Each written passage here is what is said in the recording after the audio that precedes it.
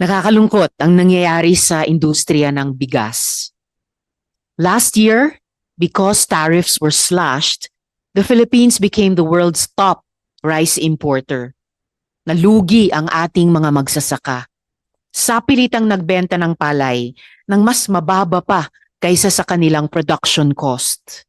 Samantalang, ang presyo ng bigas sa merkado halos walang ipinagbago. Masakit pa rin sa bulsa ng mamamayan.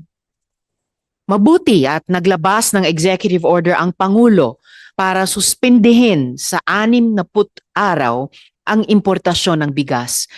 This order acknowledges what we have been saying all along. We have a deep problem. Malalim po ang problema natin sa ating rice importation policy. Yes, the importation ban is a step in the right direction, but hindi po ito sapat. Gaya ng nauna ko nang ipinanukala kasama ang ating butihing chair, Senator Kiko, we must go further. We should revert the tariff rates back to 35% for ASEAN rice and higher than 35% for non-ASEAN exporters. Hindi ito dapat gradual. It must be immediate if we truly want to protect our farmers. The import ban and the tariff increase are not opposing measures.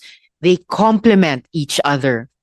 Only by doing both can we stabilize farm gate prices and finally give our farmers the fair fighting chance they deserve. Salamat po, Mr. Chair.